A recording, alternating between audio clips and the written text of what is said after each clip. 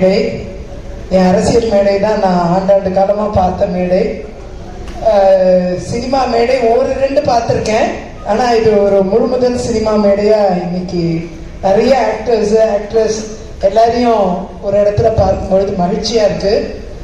குறிப்பாக நம்முடைய producer cum director திரு தம்பிதுரை அவர்கள் சிறந்த ஒரு பணியை ஆற்றியிருக்காரு. ஒரே நேரத்தில் 2 வேலையை ஒரு மனிதர் செய்ய முடியும் தொடர்ந்து அப்படிங்கிறத தாண்டி 9 வேலை 10 வேலையை சேர்த்து செஞ்சிருக்காரு. அப்படிதான் நான் பார்க்கிறேன். இது 2 வேலைன்னு அவங்க எல்லாம் நினைக்கிறாங்க, ஆனா 10 வேலைக்கு மேல இதுல வேலை இருக்கு. 24 ஹவர்ஸும் வந்து தன்னை டெடிகேட் பண்ணிட்டு ஒர்க் பண்ணோம்னா அது ஒன்றும் சாதாரண விஷயம் இல்லை. அதுக்காக நிறைய உளவியல் ரீதியாகவும் தயாரா இருக்கணும், இல்லைன்னா இது சாத்தியமற்ற ஒன்று.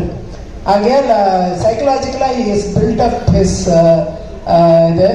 இது ரொம்ப டொமேட்டிக்கா யாருக்கு ரொம்ப இருந்திருக்கும்னா திரு தம்பிதுரைக்கு இருந்திருக்கும். ரொம்ப டொமேட்டிக்கா இருந்திருக்கும். ட்ராமாங்கிற படத்தை எடுக்கிறதுல நிச்சயமா அவருக்கு ரொம்ப பெரிய ட்ராமா இருந்திருக்கும். அவ்வளோ தூரம் வந்து ட்ராமாங்கிறது இப்போ நான் வழக்கறிஞர் என்ற முறையில் திறந்தவரும் பார்த்தீங்கன்னா நிறைய ட்ராமாவோட கிளைண்ட்ஸ் வருவாங்க. பொலிட்டீஷியன்ற முறையில் நிறைய ட்ராமாவோட மக்கள் வருவாங்க எங்களை நோக்கி. இப்போ அவங்க ட்ராமாவை தீர்த்து வைக்கிறதுக்கு என்னால் என்ன செய்ய முடியும்? பொலிட்டீஷியன் முறையில் கலெக்டரை கூப்பிடணுமா, அமைச்சரை கூப்பிடணுமா, இதை சால்வ் பண்ணுறதுக்கு, அவங்க ட்ராமாவை தீர்க்கிறதுக்கு நாங்கள் என்ன செய்யணும்ட்டு வேலை பார்த்துட்டே இருந்து பழக்கப்பட்டிருக்கேன். ஸோ இந்த ட்ராமாங்கிற வேர்டு வாழ்க்கையில் தினந்தோறும் பயன்படுத்துகிற ஒன்றா அமைஞ்சிருச்சு எங்களை போன்றவருக்கு. கிளைண்ட்ஸ் வருவாங்க, சொத்து பிரச்சனையோடு வருவாங்க, தனிநபர் உரிமை பறிக்கப்பட்ட பிரச்சனையோடு வருவாங்க, நிறைய பிரச்சனைகளோடு வருவாங்க, நிறைய ட்ராமாவோடு வருவாங்க. அந்த ட்ராமாலேருந்து இவங்களை எப்படி காப்பாத்துறது அப்படின்னு சட்டத்தில் எங்க இடம் இருக்குன்னு தேடி பிடிச்சி அவங்களுக்கு அந்த ட்ராமாவை தீர்க்கிறதுக்கு வழி காணுவோம். அப்படி தினந்தோறும் ட்ராமாவை நான் ஹேண்டில் பண்ற மாதிரி நீங்க ஒவ்வொருத்தரும் ட்ராமாவை ஹேண்டில் பண்ணிட்டு தான் இருக்கீங்க. அது உங்களுக்கே தெரியாம உங்க வாழ்க்கையில நடந்துகிட்டு இருக்கிற ஒன்று. தினந்தோறும் நாம் சந்திக்கிறது ட்ராமா. அந்த ட்ராமாலேருந்து ரிலீவ் ஆனா சந்தோஷம், ஹாப்பினஸ் வந்துடும்.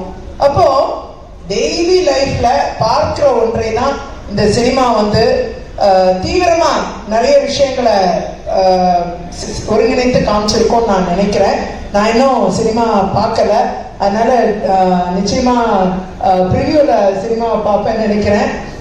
இந்த பாடல் வந்து நீங்க திரு ராஜ் பிரதாப் அவர்கள் சிறந்த பாடல்களை வழங்கியிருக்காரு, பிரமாதமான பாடல்கள்.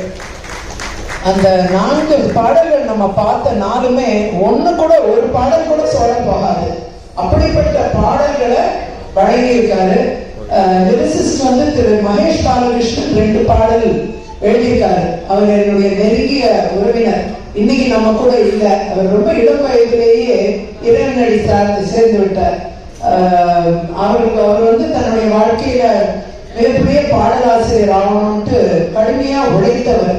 இந்த மூவிக்காக முதற்கட்ட பணிகள்ல தன்னை ஈடுபடுத்திட்டு தாலையில பாட்டு ஒண்ணு, இன்னொன்னு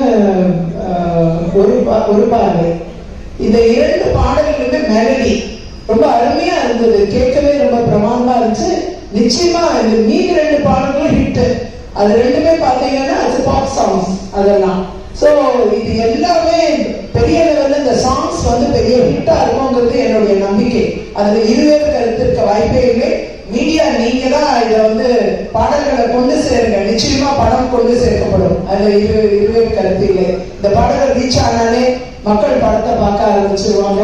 நிச்சயமா படம் பெரிய வெற்றியை காணும். அது சிறந்த நடிகர்கள், இன்னைக்கு மேடையை அலங்கரிச்சிட்டு இருக்கிற நடிகர்கள் வந்து தங்களுடைய பணியை வந்து ரொம்ப டெடிகேட்டடா, அதுவும் ஒரு ஃபுல் டைம் எம்ப்ளாயி, ஒரு பார்ட் டைம் படம் எடுக்கிற ஒரு எம்ப்ளாயிக்கு ஃபுல்லா சப்போர்ட் நின்றுருக்காங்க. அதுதான் பெரிய விஷயம். பாதி முழு டைம் டைரக்டருக்கே பாதி துணை நிற்க மாட்டாங்க. பிலிம் இண்டஸ்ட்ரிங்கிறது அந்த மாதிரி நான் கேள்விப்பட்டிருக்கேன்.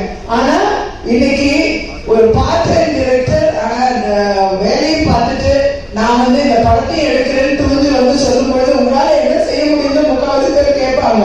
ஆனா அதையும் மீறி நாங்க தான் உங்க கூட இருக்கோம், நீங்க தைரியமா படம் எடுங்க, இதை வெற்றியாக செய்து காமிப்போன்ட்டு இவ்வளவு பேரும் கூட நின்று இருக்காங்க.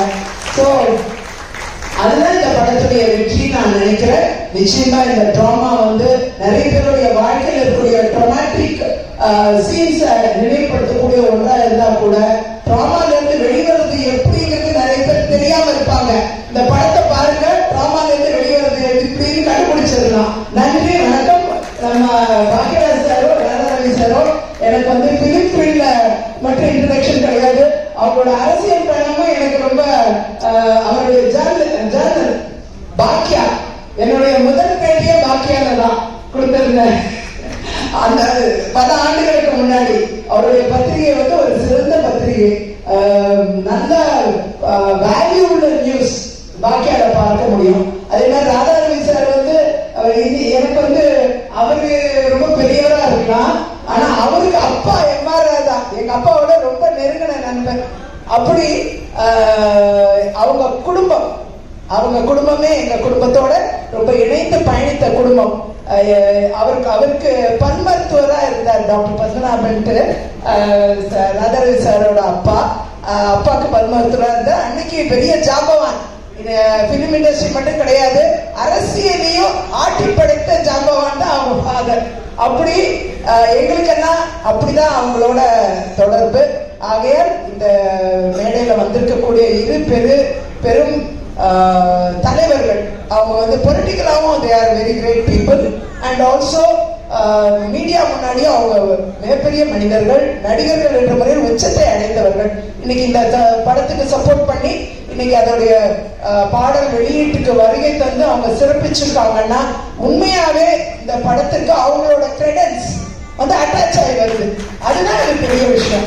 அதுவும் சேர்த்து இந்த படத்துக்கு திரு தம்பிதுரை அவர்களுக்கு, மிகப்பெரிய திரு ராஜ் பிரதாப் அவர்களுக்கும், நம்முடைய இளமாறன் அவர்கள் இதை டிஸ்ட்ரிபியூட் பண்ண போறாரு. ஒரு சிறந்த மனிதர், தன்னலமற்ற ஒரு மனநிலை கொண்ட ஒரு நபர்.